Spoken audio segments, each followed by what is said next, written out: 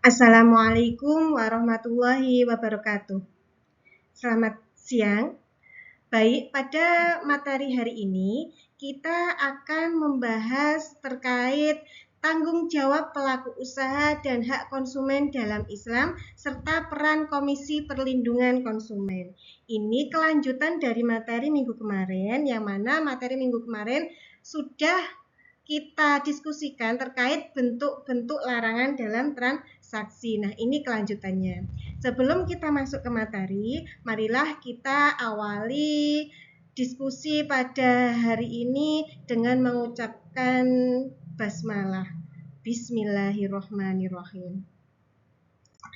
Baik, tujuan pembelajaran materi pada hari ini yaitu menjelaskan tanggung jawab pelaku usaha dalam Islam. Kemudian menyebutkan hak-hak konsumen dalam Islam. Yang ketiga, menjelaskan fungsi dan kedudukan Komisi Perlindungan Konsumen, serta mengidentifikasi struktur keanggotaan Komisi Perlindungan Konsumen. Nah, di sini, di dalam Islam ada prinsip dasar transaksi, yaitu yang pertama adanya kejujuran, yaitu sidik, kemudian transparansi, kemudian amanah, kepercayaan, kemudian larangan penipuan, riba, dan manipulasi. Nah, itu prinsip dasar transaksi dalam Islam. Nah, di sini ada gambar transaksi jual beli, yang mana di dalam transaksi jual beli itu ada prinsip dasar transaksi yang telah kita sebutkan di depan, bahwasanya harus ada unsur kejujuran, ada transparansi, amanah, dan juga larangan penipuan, riba, dan manipulasi. Sedangkan tanggung jawab pelaku usaha dalam Islam itu yang pertama menyediakan produk yang halal dan baik. Nah, di sini tanggung jawab pelaku usaha itu sama dengan kewajiban yang harus dilakukan oleh pelaku usaha, yaitu menyediakan produk yang halal dan baik, yang mana di situ aman untuk dikonsumsi maupun digunakan oleh konsumen. Kemudian yang kedua, memberikan informasi yang jujur dan tidak menyesatkan. Yang ketiga, tidak memanfaatkan ketidaktahuan konsumen. Dan yang keempat, bertanggung jawab atas kerusakan produk. Itu kewajiban yang harus dilakukan oleh pelaku usaha sebagai tanggung jawab dari pelaku usaha. Adapun hak-hak konsumen dalam Islam, yang pertama, hak atas keamanan dan keselamatan. Oleh karena itu, pelaku usaha berkewajiban bertanggung jawab untuk membuat produk yang benar-benar aman untuk keselamatan konsumen. Kemudian hak atas informasi yang benar. Oleh karena itu, ada unsur prinsip dasar transaksi, yaitu adanya kejujuran. Kemudian hak atas pilihan, hak untuk didengar. Apabila konsumen itu merasa dirugikan dan dia ingin komplain, maka dia juga berhak untuk didengar, dan pelaku usaha juga berkewajiban untuk mendengarkan keluhan dari konsumen tersebut.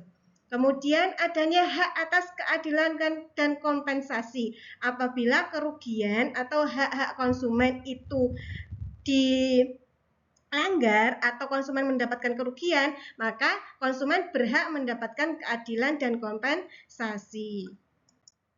Nah, di sini ada hak-hak konsumen jika dirugikan.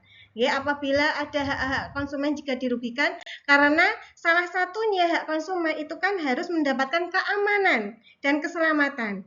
Seperti yang ada di gambar ini, nggak cuma enak, makanan juga harus aman. Nah, seperti itu. Karena konsumen juga berhak atas keamanan. Selanjutnya, apabila terjadi sengketa atau hak-hak konsumen itu dilanggar, maka konsumen bisa mengadu kepada Komisi Perlindungan Konsumen. Yang mana Komisi Perlindungan Konsumen itu dibentuk sesuai dengan Undang-Undang Nomor 8 Tahun 1999 tentang Perlindungan Konsumen, yang mana komisi ini bersifat independen, yang tujuannya untuk mewakili kepentingan konsumen dalam menyelesaikan sengketa di luar pengadilan. Sedangkan status Komisi Perlindungan Konsumen yaitu lembaga non-struktural independen, dibentuk oleh pemerintah pusat dan daerah.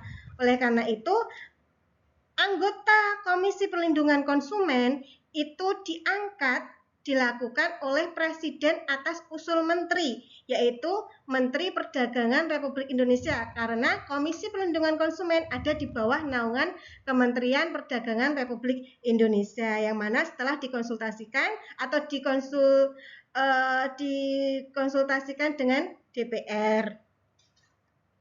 Kemudian, Komisi Perlindungan Konsumen itu bertugas melakukan pengawasan dan edukasi. Karena salah satu fungsi dari Komisi Perlindungan Konsumen itu kan menerima pengaduan dari konsumen. Setelah menerima pengaduan konsumen, fungsi selanjutnya yaitu melakukan riset atau kajian terkait berbagai aspek perlindungan konsumen, termasuk peraturan perundang-undangan. Kemudian fungsi yang lainnya yaitu melakukan survei tentang kebutuhan konsumen.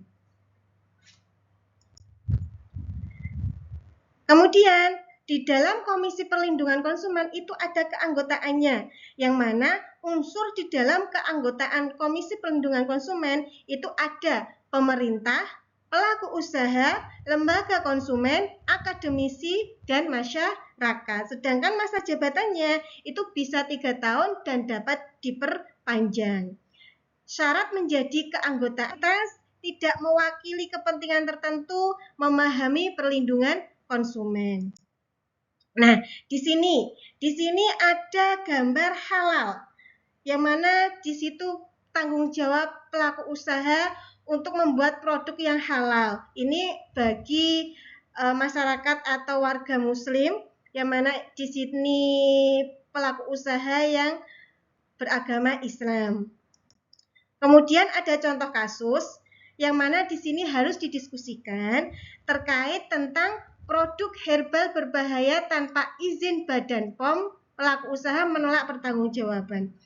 Nah, ini mohon nanti setiap kelompok ada 3 kelompok.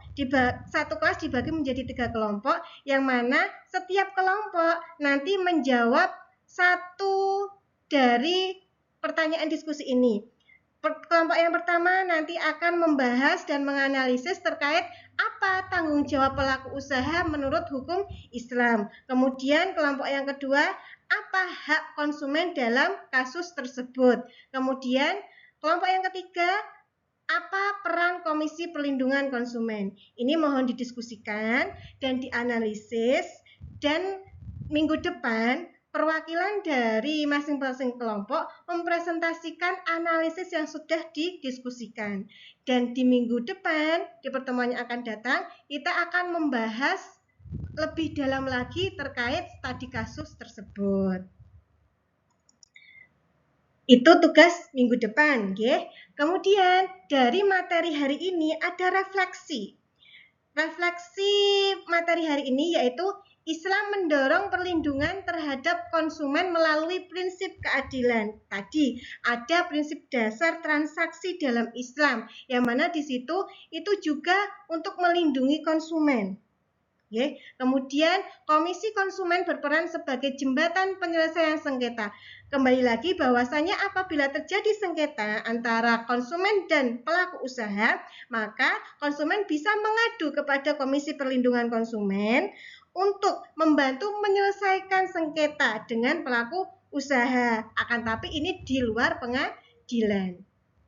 Kemudian refleksi yang selanjutnya, mari menjadi pelaku usaha dan konsumen yang bertanggung jawab, yang mana memenuhi prinsip dasar transaksi dalam Islam. Demikian materi pada siang hari ini, semoga bermanfaat dan bisa dipahami. Dan dari saya pribadi kurang lebihnya mohon maaf. Akhiran, wassalamualaikum warahmatullahi wabarakatuh.